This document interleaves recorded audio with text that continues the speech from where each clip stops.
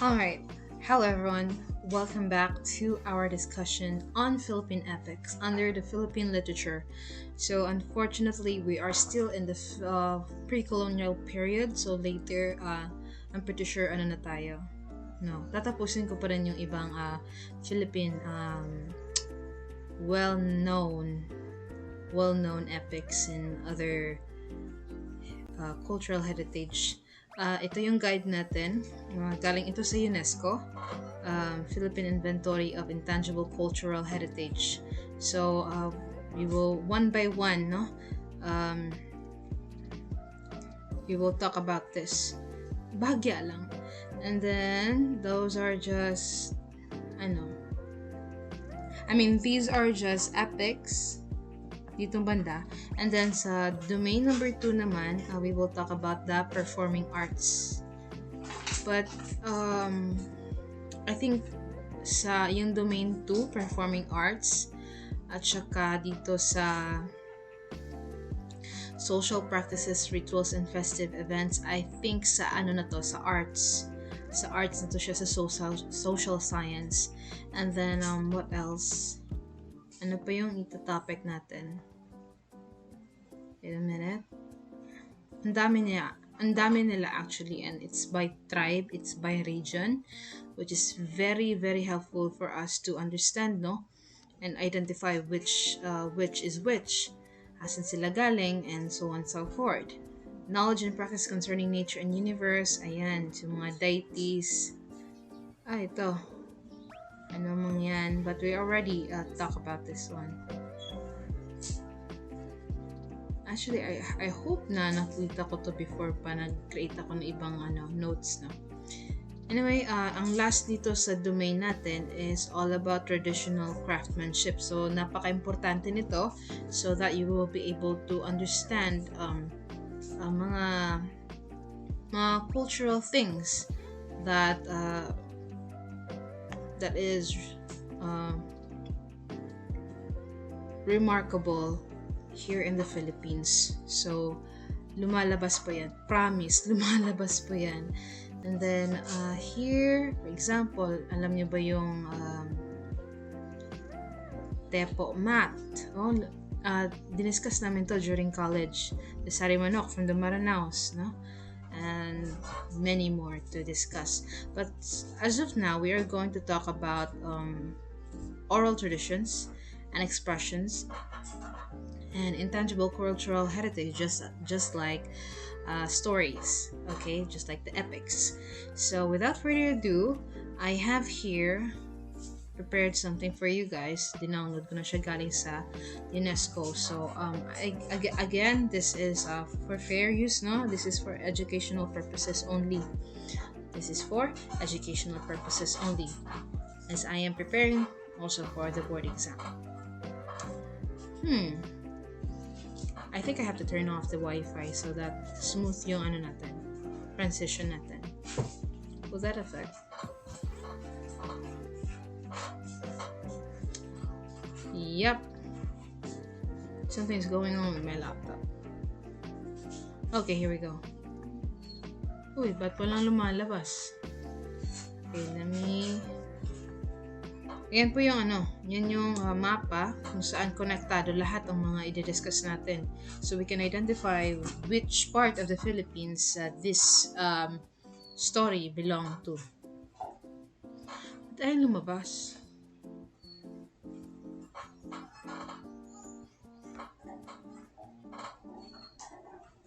What happened?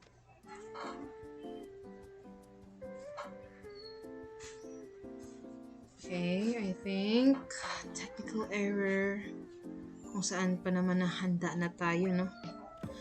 Basta gumagana to kanina, bakit ngayon ayaw?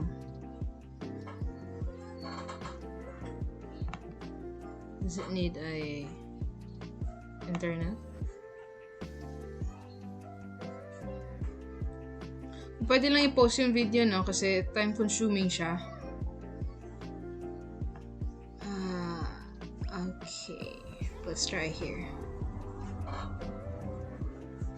So we will start with Biag ni Lam-ang. Biag ni Lam-ang. I'm pretty sure you guys are familiar with this one. So this comes from Ilocano, right? Here we go. So Ilocano, just like I said. Again, credits to UNESCO.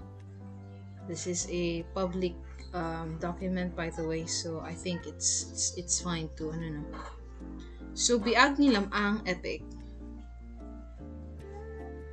Ilocano, Ilocos Norte, Ilocos Sur, and Abra provinces, northwestern Luzon Island, and northern Philippines. So, in short, northern Philippines, makikita mo siya dito sa bandang itaas. Saan dito si Biag ni Lam-ang? Number 1, dito po. Ayan. 1. Dito na area. This is the northern Philippines. Okay, where you can see people from Ilocos. And that is the northern Philippines. Anyway, this epic poem, Pakasalitaan ti Panagbiag ni Lam-ang nga asawa ni Doña Ines Canoyan. The story of the life of Lam-ang, spouse of Doña Ines Canoyan.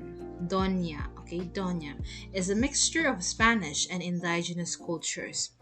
It was first written in 1889 by Gerardo Blanco. Sino nagsulat? So, no, maganda na mag-research tayo, hindi lang yung gawa-gawa lang sa internet na, for example, nakakatakot kasi yung nakikita mo lang sa sa mga blogging or sa like question and answers, diba? Yan kasi kadalasan yung sinesearch ng mga example, high school or elementary, no? Tapos nagsasagot doon na ito yung author, ito yung mga tauhan. Very siya, very risky. Especially maaari siyang based lang sa nalalaman ng bata, not actually research or studied well, no? So ayan, it was first written in 1889. Anong maaalala nyo pag 1889? So 1889, yan yung I think ka-birthday niya. Correct me if I'm wrong, 1889 is American period. Basta something like that. 1889 kasi 1898 merong pinanganak na writer Oo, dito sa Philippines, 1898, parang poetic din siya. I think it's Salazar. Jose Salazar. Yeah, nagsulat ng Vacation Days. At try nyo i-search. Okay. So, again, the Biag ni Lam-ang isinulat ni Gerardo Blanco, a Spanish priest. So, you can tell, no, if di ba kung sa myth, balikan natin yung myth. Di ba may pure myths and also may mythology and urban legends? Itong mythology and urban legends, may na siya, na-influence na siya ng Christian religion. So, just like this epic, Biag ni Lam-ang is also influenced with Biag ni Lam-ang is also influenced with what you call this?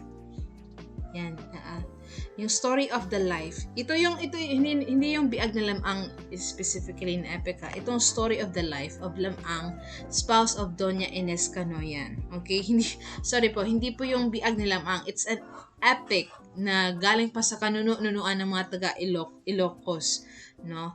Iba yon. Itong story of the life of Lam-ang, spouse of Doña. It's all about the spouse. Ano? Story of the life, no? Ito yung actual parang book siguro to. So mixture of Spanish and indigenous cultures. 1889 Gerardo Blanco. Okay? Spanish priest po siya. Isabela de los Reyes was then publishing an Ilocano bi-monthly, the El Ilocano, between December 1889 and February 1890. Included a prose translation of his work in Spanish. In his version, there are at least 10 versions of Lam-ang. Ayan po. So, Uh, Later on, I will explain why does this kind of textile looks like this. Na parang may, if you could try to close your eyes, half lang, para makikita mo yung circular motion, no? And yeah, let's go dive in with the story of Biag ni Lam-ang. Ito. So the epic tells about the bravery of Lam-ang, was precocious from birth. The adventures begin with his search for his father who was killed by the Igorot, upland people. So, Ilocano to sila, diba? Okay, yung parang kalaban nila is yung mga Igorot sa upland people of the Cordillera Mountains. Now, si Lam-ang ay pinanganak ng malakas. May kapangyarihan na to siya. Hindi naman siya kapangyarihan na. Ibang lakas lang. And then, he meets Sumarang who tries to stop him and challenges him to a fight. He spears Sumarang through his stomach. He then meets a serpent with 9 heads, all of which the serpent loses in the ensuing fight. He naps and dreams of his father's head being feasted upon by the Igorot. Again na. So unang nakalaban niya is si Sumarang. Bakit? Nakikisosyo eh. Diba? Pinipigilan siya. So ayun, he spears Sumarang through his stomach. So then he meets another villain, which is the 9-headed serpent, no? And then the serpent lost, and then he naps and dreams of his father's head being feasted upon by the Igorot. So he continues his journey to find that the Igorot are indeed feasting on his father's head. So, di ba, nanaginip siya. After the serpent, after Sumarang, nanaginip siya na yung papa niya is ginawa ng pulutan ng mga Igorot. And then, yes, the Igorot did. Pagpunta niya doon is he found out na they are actually feasting on it. And then he fights the Igorot and defeats all of them, torturing the last one to death. Ganyan po kalakas si Lam-ang. He goes home and swims in the Cordon River. On the way to Canoyans, his beloved place in Kalonitian, he meets Saridandan, a woman of ill repute. He resists her temptations. He then reaches Canoyan's house where he finds many suitors there for her. She accepts his invitation to swim. Okay, dyan muna tayo. So, along the way, papunta siya ng, he swims in the Cordon River. Anong pangalan ng sapa or river? Cordan. So, papunta siya sa bahay ni na Kanoyan. Ito ay naging nakatuluyan niya kalaunan, no? Si Kanoyan ay nakatira sa Kalonitian. And then, along the way, may nakita siyang babae na malandi. Pero, despite sa pagiging malandi or mga temptation, hindi siya bumigay dito. Until nakaabot siya sa bahay ni Kanoyan. Which is very, kahit sa epic, nyo masasabi nyo sa epico na to, sa mga taga-Ilocana, ay may loyalty, no? Kapag ang lalaki ay mahal ka talaga ng lalaki, he will never see anyone beautiful than you. Sure. Okay, so again, let's go back. Lam-ang swim in the Cordon River. While in the river, the water swells. Before he leaves, he kills a giant crocodile and gives the teeth to the ladies as amulets. So, di ba, while swimming, may nakalaban pang crocodile, tapos kinuha niya yung ngipin and binigay niya as something palamuti para sa mga kababaihan. Which is, if you see, kahit namang sino, no, kapag makita mo ang isang lalaki, binigyan ka ng something reward, or hindi naman siya reward, a sign or a trophy of something he just got or just beaten with, no, it will look like na parang triumph para sa kanya, para sa iyo. Na ganito, binigyan ako ng lalaking nagangalang Lam-ang, ganito, so on so forth. Basta big deal din sa kanila yan ang mga If you are thinking na ang weird naman, crocodile teeth naging amulet. Uso po yan sa mga tribal, no? And yeah, anyway, let's go back. At Kanoyan's house, her parents asked him for his attentions. No, bata ay, pare, anong intensyon mo sa anak namin? No, he was asked to match their wealth, agay, which he did. He goes home to invite his mother and village mates to come to his wedding. So yun nga, pumunta siya kina Kanoyan at parang namamanhikan siya, no? And then as usual, the parents give you obstacles, no, to have their daughter's hand, and then he fulfilled it, and then the wedding is settled, no. After the elaborate wedding, he goes home to Nalbuan, where the feasting continued. The guest asked for a dish made from the fish rarang. Ito na. So pag may makita kayong rarang, guys, sa letters, pag makita nyo, no, rarang, wag yung kalimutan yan, isda po yan, rarang na gustong ipahuli, no. The guest asked for a dish made from the fish rarang. So he is mourned by his pet rooster. May pet si kung may pet na rooster si Moana, meron din si Lam-ang, no, that something bad will happen to him should he go out and fish, which he ignores. So either a rooster, manok, or a bird, something like that, connected with that kind of line of species ba yan? It's something like omen. Parang nagbibigay sila ng babala sa mga, example, sa main cast natin, sa mga heroes, or sa mga royal, no? Royal family, they give omen, and then usually talaga hindi nakikinig ang mga epic hero natin kasi sobrang tapang nila. And then let's continue.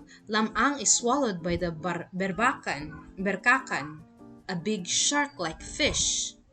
Kanoyan mourns his death, but Lam-ang's rooster tells her that if Lam-ang's bones are collected, he can be brought back to life. Ayan. Kasi gusto ng mga tao, may mga guests kasi na, sa wedding, di ba, kasal, magluto tayo ng rarang, isda yan, siguro masarap yung rarang na yan, no? Lapu-lapu siguro yun, ganyan kasarap. And then, as he tried to catch some rarang, kinain siya ng isang berkakan. So, it's like a shark, no? Something like that. Cannibal. Ganun siya. And then, someone told, the rooster told his wife, Kanoyan, na don't worry, don't fret, he can go back if you can just collect his bones, and then we can bring him back to life. And then Kanoyan asked a man to do this. Actually, hindi nalagay dito, but so far ang nabasa ko, meron ako nabasa about this, another document or another research or study about, sa document siya about this epic ni Lam-ang. And then ang pangalan daw ng favor, yung nag-ask ng favor ni Kanoyan is Marcos. Which is na-weirdan ako kasi meron na palang Marcos na pangalan noon sa Ilocos. Marcos sa mga tribes, hindi naman siguro, no? Basta may parang may ganun, Kanoyan asked Marcos to collect his bones of his love of Lam-ang, chu like that. But anyway, yun nga, wala dito, hindi nakalagay kung sino yung pinagkausapan niya. Kanoyan asked the man to do this, after which Lam-ang's dogs barks after the collected bones and Lam-ang rose. So may dalawa po tayong dito, animals. Alaga po to ni na Kanoyan tsaka ni Lam-ang. Una is yung rooster, and then yung aso. Actually, anong kulay ng aso? Meron yan meron din power yung aso And then yes, dahil lang sa pagbark ng aso, yung collected bones is bumalik ang epic hero natin na si Lam-ang. He rewards the man, the dog, and the rooster. So yun nga, kasi yung man ang nagkolekta ng kanyang bones sa river kung saan siya kinain, no? And then the dog and the rooster, ng mga alaga niya. The couple lived happily ever after. So yun po, that's Lam-ang's story. And I think, okay, we used 20 minutes of our time talking about the life of Lam-ang. So I think it's time for our quiz. So actually prepared here. Ito. Mastery quizzes. Sana dito si Biag ni Lam-ang. Sundayo yan eh. Ayan. Dito tayo nag-start. This is 2 columns to kasi. So ayan. So I will set time 20 seconds po each ano. Ito 20 seconds each question. So magbebell yan and then that's the cue na we will go to the next question. Okay, I'm going to hide myself and then mute myself too. Ready na kayo?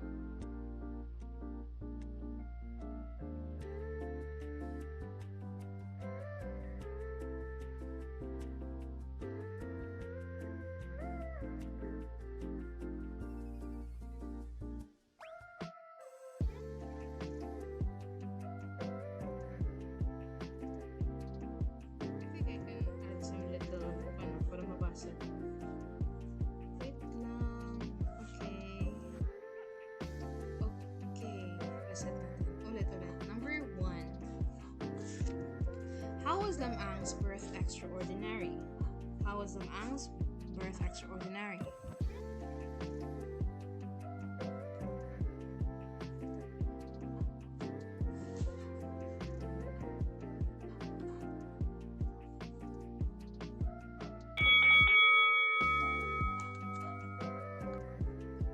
I think hindi niya narinig yung bell. Ulit. Number 2. What was Lam-ang's first missions after birth? Ano yung unang niya, mission pagkatapos ng pinanganak siya ng kanyang inay?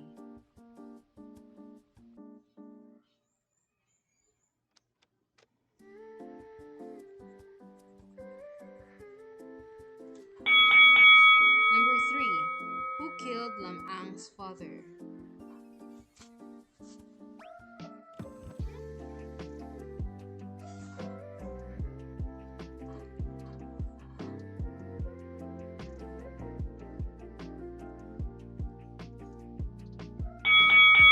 Number 4. What vision did Lam-ang see in his dream before confronting the Igorot? Ano nakita niya sa kanyang panaginip?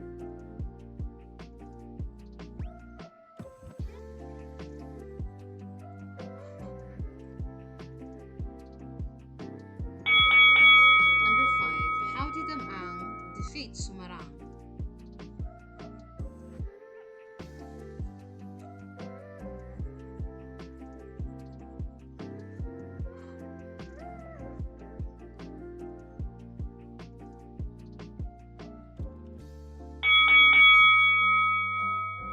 What supernatural enemy did Worthy to Kanoyan's parents? What supernatural? What? Ano ba yan ay? Ito. Ay, continuation pala siya. Again. What supernatural enemy did Lam-ang face on his journey? So ano yung supernatural enemy na nakasalubong niya? Na na-encounter niya? After kay Sumarang.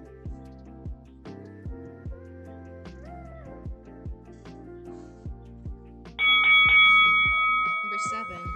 What river did Lam-ang bathe to cleanse himself after battle?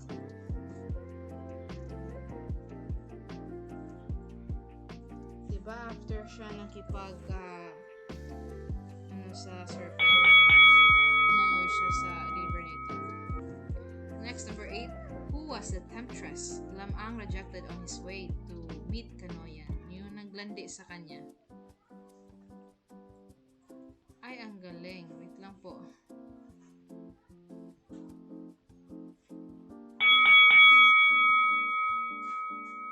So, ano yung answer? So, number 8.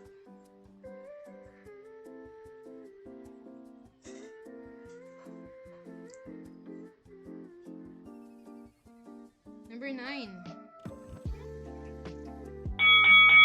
Okay, number 9. Ito na. How did Lam-ang prove himself worthy to Kanoyan's parents? Paano niya napa-prove ang kanyang sarili para maging asawa niya ito?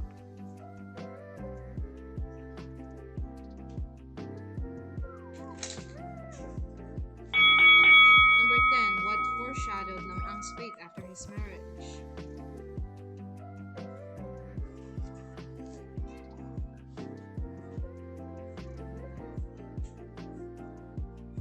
Diba kasi may nag-request ng mga guests na during their wedding na kumain sila ng gamon. Okay, kalma lang. That is, okay, tapos na pala tayo. Okay, we're finished with our 10 quiz, mastery quiz. I think I have to edit this one kasi hindi okay eh. Ayoko ng columnize. Dapat dire-diretso na lang siguro. No? Okay. Nasa na yan? Sundayo. Ayan, biag ni Lam-ang. So, ayan. Number 1, the answer is letter A. He was born speaking and walking. So, extraordinary birth pa si Lam-ang kasi pagkatapos niya lumabas sa parta ng kanyang inay, ay, marunong na siya magkagad at magsalita. Kaya siya po ang nagpangalan sa kanyang sarili bilang Lam-ang. Okay? Number 2, A. To seek revenge for his father's death. So, ayan nga, kakalabas lang niya sa mundong ito, and then alam niya kung sino, ano nangyari sa kanya. I mean, hindi naman niya alam, pero hinahanap pa niya ang kanyang ama, and then till he had a dream about his father. Okay? Number 3, we have the letter B, the Igorot headhunter. So, they killed his father, sparking Lam-ang's quest for vengeance. Kaya gusto niyang maghigante. Number 4 is letter B. So, his father's head being feasted upon. So, yan po ang napanaginipan niya. It's actually a foreshadow, but later on, totoo pala, nalaman niya na totoo pala na nangyari sa kanyang ama na kinakain ang ulo ng kanyang ama ng mga Igorot. Number 5 is letter B pa rin. He speared him through the stomach. Sino yung tinusok niya sa tiyan? Si Sumarang. Ayan. So, a direct and brutal victory showing Lam-ang's strength. Number 6, we have letter B pa rin. Ang nakalaban niya, isa sa mga naging obstacles ng kanyang paglalakbay, isang a 9-headed serpent. Okay? Supernatural being battle. Number 7 is letter C, Hordan River po. Hordan River ang kung saan siya naligo after nakipaglaban. Number 8, we have letter A, ang malandi na babae na nag-attempt kay Lam-ang is si Saridandan, a woman who he resisted, proving his loyalty to Kanoyan. Number 9 is letter C, he matched their wealth with his own. So, usually kapag isang lalaki or isang prinsipe or isang hero, di ba, magkakagusto yan sa isang babae. And then, the parents of the woman, of the girl, will have dowry. Yan po kadalasan sa mga tribes or indigenous people, may dowry po kapag kinakasal. So, yung gusto ng parents niya is i-match ang kanilang kayamanan. At na-prove naman yan ni Lam-ang. Number 10, last one is letter A. His roosters warmed him for danger. So, yung danger na nakaabang niya sa river ay yung berkaka. Berkaka, something like that. A shark-like po. Kumakain ng tao. So, that's it for set 1. We still have set number 2. So, if you want to stick around, no? For the set 2, you can continue watching this one. Okay, we can finish this now. Okay, let me set my time. Okay, so ayan. Hirap lang kasi pag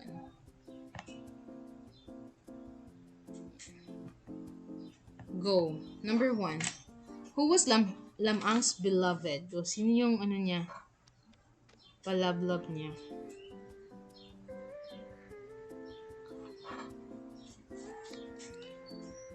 If you're able to answer this, no, or you just have to familiarize this one. Kapag darating na yung board exam, alam mo na yung sagot nito. Number 2, we have what challenge did Lam-ang face before marrying Kanoyan? Ayan. Yung bago niya mapakasalan ang babaeng minamahal niya, anong dapat niyang kailangan gawin?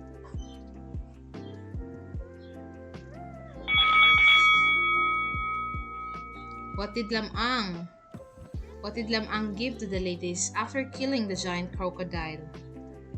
Scales, amulet, magical heart, bones.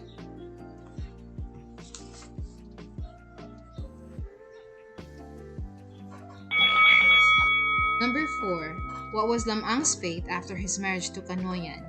Ano ang nangyari sa kanyang buhay matapos niya pinakasalan si Kanoyan?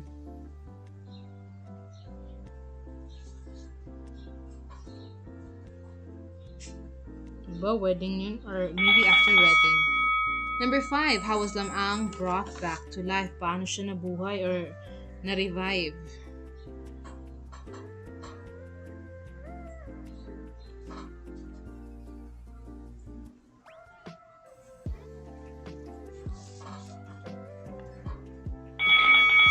Number 6. What does Lam-ang's resurrection symbolize? Ano ang sinusumbolo nito sa pagkabuhay ni Lam-ang?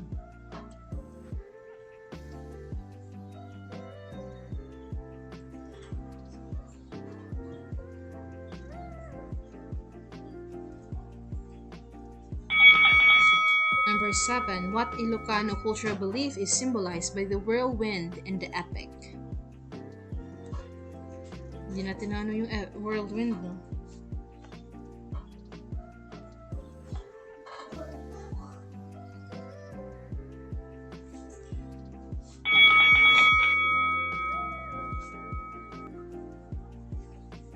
Number 8. What does the Berkakan represent in the story?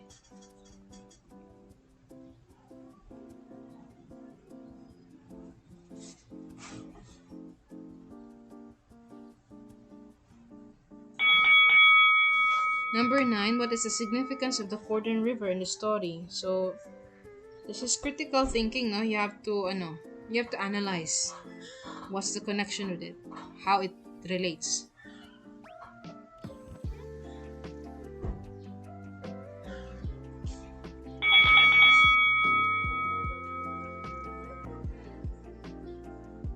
Number 10, what lesson can be drawn from Lam-ang's journey? Ano ang natutunan niyo dito?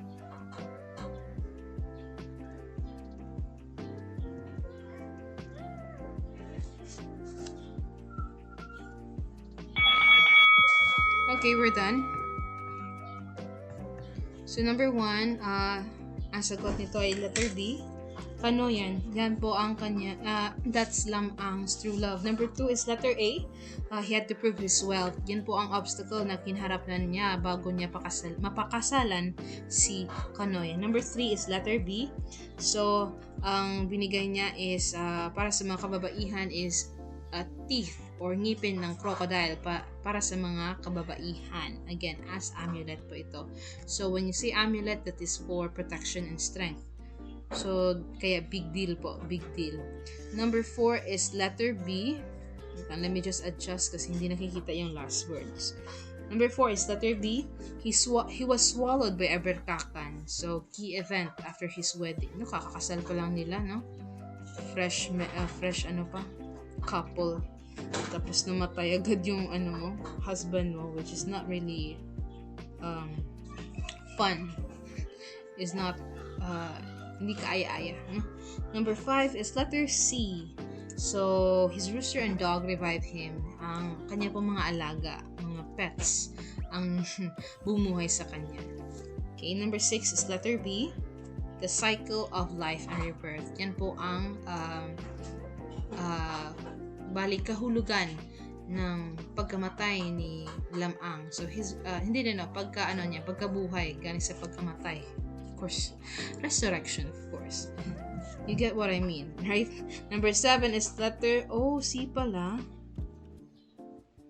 Kala ko A.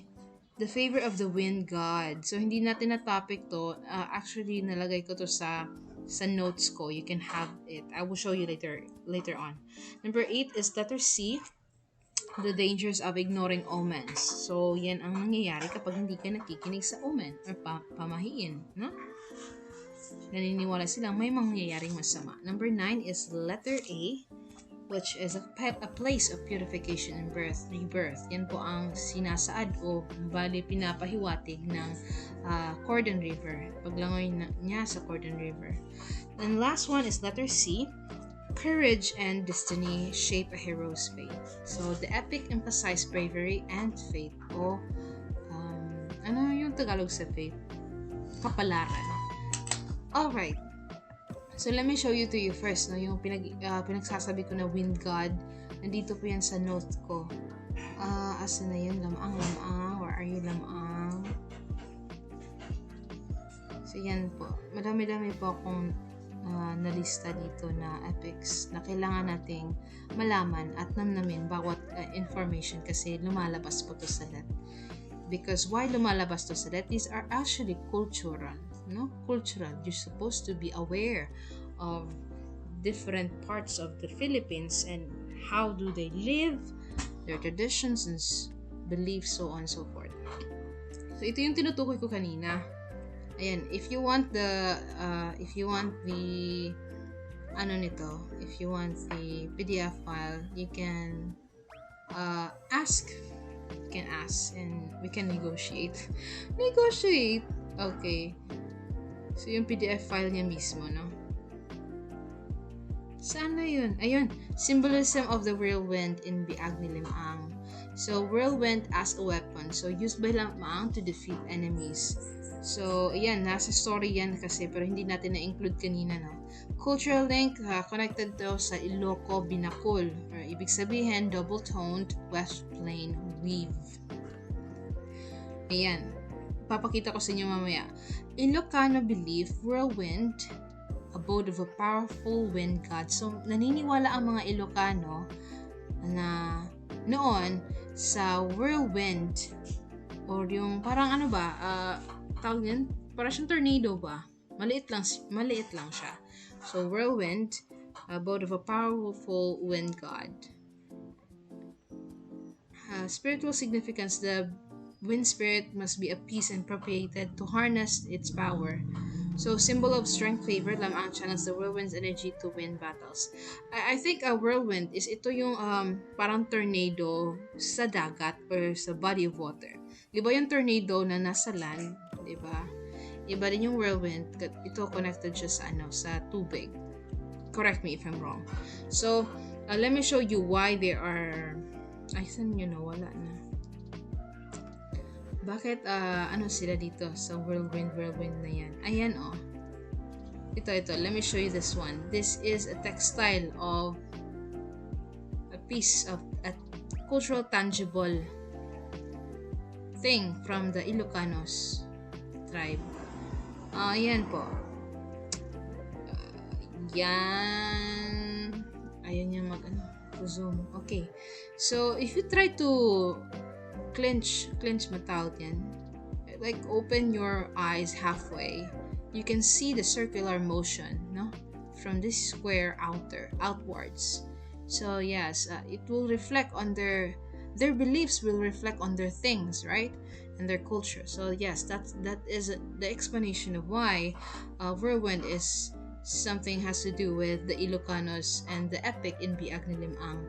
So, yan po. I think that's all. I will not hold you longer. It's been 40 minutes. And Biag ni Lam-ang pa yun, right? So, I hope tumatak yan sa utak natin. hope tumatak yan sa utak natin. And kapag tatanungin tayo ng LET or ni PRC sa board exam, alam na natin kung sino si Kanoyan, sino si Lam-ang, sino yung roaster, sino yung may blah blah blah, berkaka, chucho, si Lam-ang po yan. And yung rarang na ng dahilan kung bakit lumangoy si Lam-ang at bakit namatayan or nabalo, naging widow si Kanoyan for a little bit, for a while lang. No? So, yun, that's it for the Ilocano people. Thank you guys for studying with me, and see you soon on the next video kasi meron pa tayong maraming itatakal. And sorry about how I look right now. I'm having a bad hair day. Anyway, goodbye. See you soon. Bye. Ulit-ulit, no? Ayaw na naman mag-stop. Can someone donate me a laptop or something? Actually, naglalag to kasi ang dami kong movies. Diyos ko Lord. Yeah, again, I have to say goodbye now. Bye.